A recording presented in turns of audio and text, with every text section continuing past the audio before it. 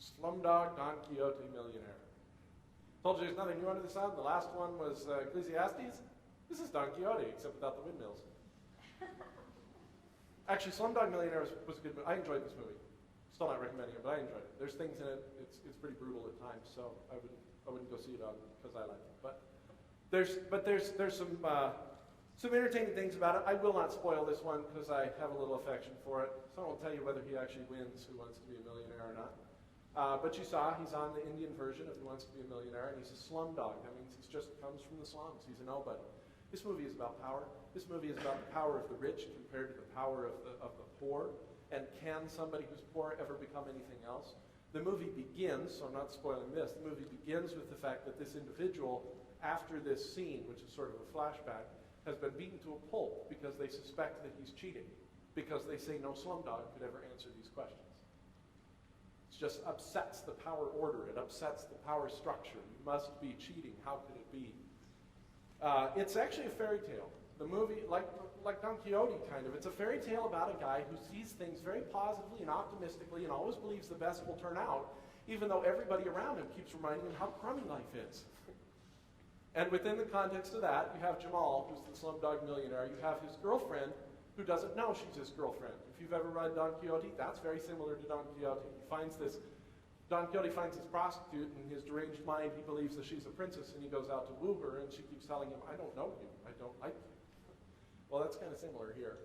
So he's got his girlfriend, though, but he believes so much better of her, and he's got his brother, who is a very interesting character, in many ways the villain. But they travel together. They even call themselves the Three Musketeers. That's kind of a running theme throughout. They are the fellowship. They are the ones that if this world can be saved, they will save it somehow. But we're not even sure in the course of the movie what that means at first. Jamal is the Christ figure for this reason alone. This movie's about destiny. The power in this movie is destiny. It's fate. Just like Benjamin Button. But unlike Benjamin Button, Jamal has this weird ability to make destiny flow his way. Not always, and not as he always predicts, but he just sort of incessantly keeps going and believing that what should happen will happen. And he's able to sort of control it. He believes in the destiny. It's kind of like in the better days. Who has ever watched Lost? Okay. In the early days when John Locke was Obi-Wan Kenobi, he's like John Locke, right? He just sees destiny and he says, yeah, and he actually moves destiny by his belief in it. And that's kind of a little bit how Jamal is. Substitutionary love, Jamal, several times. You can watch if you want to see. Redemption, faith shapes destiny. His redemption comes from simply believing that destiny will turn out the way that he wants it to turn out. Resurrection, actually his girlfriend probably undergoes something very similar to that. Vindication of providence, won't say too much. And alternate worlds is Jamal versus everyone else. Jamal lives in the slums of India. It's a terrible, horrible place. It's all dirty and gritty and messy and violent and bloody. And then there's Jamal. And he's just sort of different than everybody around him. I mean, you saw him there in that picture, even just kind of his innocence there as he's asking the host, are you nervous? And the host was like, you're the guy in the hot seat. And he's like, oh, am I? That's kind of his whole life. People saying, you're in the hot seat. And he's like, oh, am I? I guess I am. So, what do we do with all this?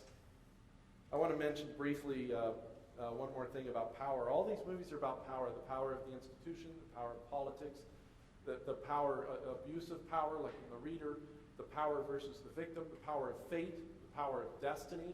All these things kind of play out. But there's a couple other movies that bring up the questions about power. What are we supposed to do with power? What is power? What's the best way to use power? One of those is The Reader, which you've already mentioned. The other one is The Dark Knight. The movie The Dark Knight is all about what is too much power or too little power. What can Batman do? Does he become a villain if he does too much to try to save people?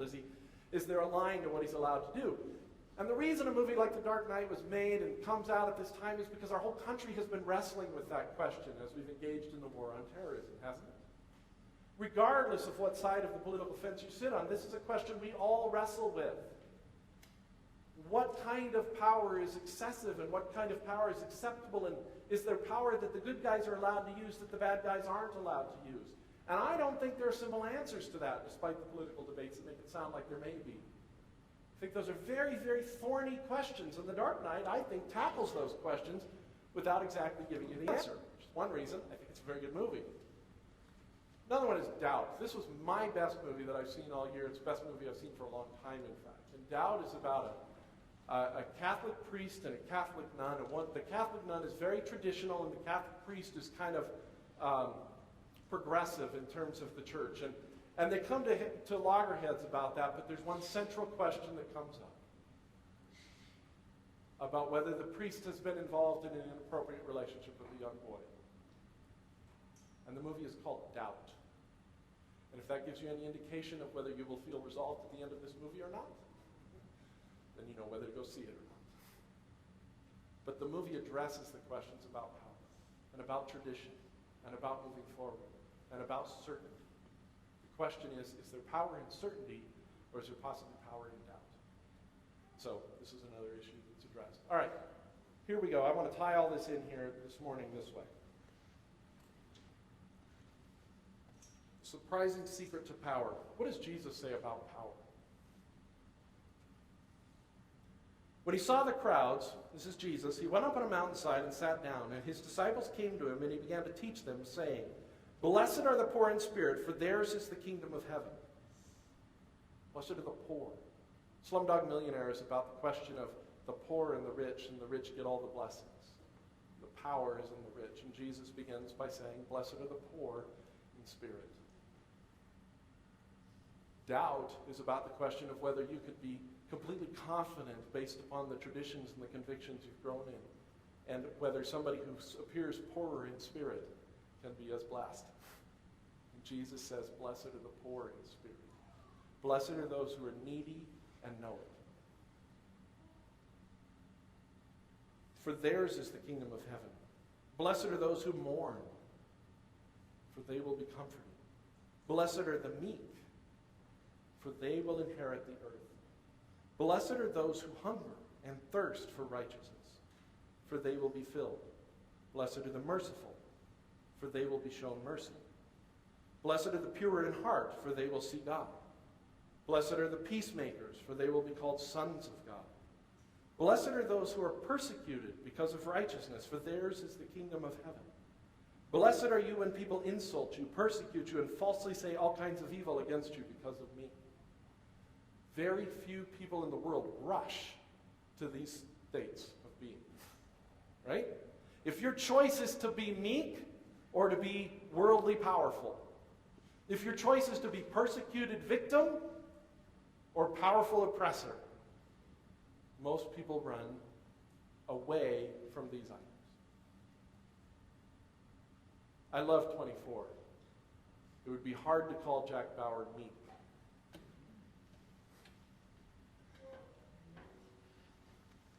Rejoice and be glad. Now, we read this, it's a sermon, right? Yada, yada, yada. No, think about this. You're sitting on a mountain, you're listening to who's supposed to be this guy who's really wise. He says, "Blessed are you because you're poor, because you're impoverished, because you're weak, because you're meek, because you're persecuted, because you're on the wrong end of all the political powerful structures. Blessed are you." And then he says, "Rejoice." Be happy about it. "And be glad, because great is your reward in heaven, for in the same way they persecuted the prophets who were before you. You are the salt of the earth, but if the salt loses its saltiness, how can it be made salty again? It is no longer good for anything except to be thrown out and trampled by men. You are the light of the world. A city on a hill cannot be hidden. Neither do people light a lamp and put it under a bowl. Instead, they put it on a stand, and it gives light to everyone in the house. In the same way, let your light shine before men, that they may see your good deeds and praise your Father in heaven." These Beatitudes about powerlessness conclude with this huge statement about power. Do you see that?